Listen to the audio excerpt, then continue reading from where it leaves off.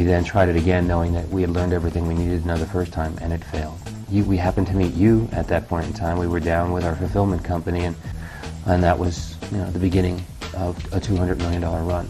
What would your life be like today if you had quit after those first disastrous tests? How would you like to make 35 grand a night in your sleep? Because that's what I was doing on a bad night.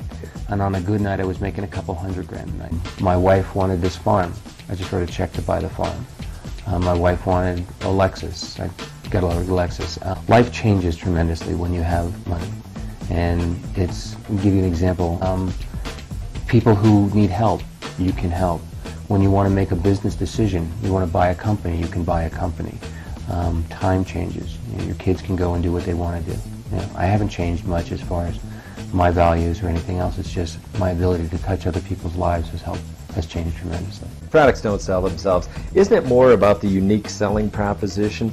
Absolutely. I think it's very, very simple, the analogy of a cleaner versus a restorer. I had a guy look at me saying, how the heck are you going to sell a tile cleaner for $20? The truth is, you don't sell a tile cleaner for $20. You can sell a restorer for $20 because what's it cost to replace a bathtub? A couple $1,000 to rip it out and do all the plumbing and everything else? Before I met you, there was no one that I really had met. You never met without which the wind would have blown my fire out because time was just working against me. And the fact that you came into my life when you did was that bellows that there was still a spark left, and I was able to blow that spark into a very big fire and burn the house down.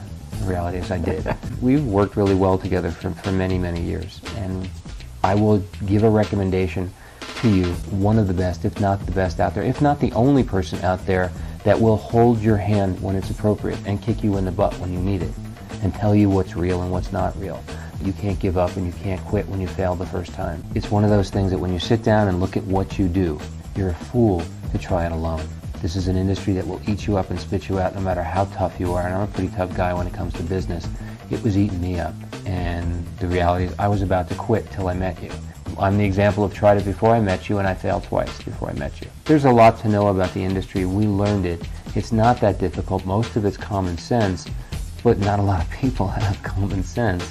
But if you have a handful of common sense, or a pound of it at least, you can probably do well in this industry.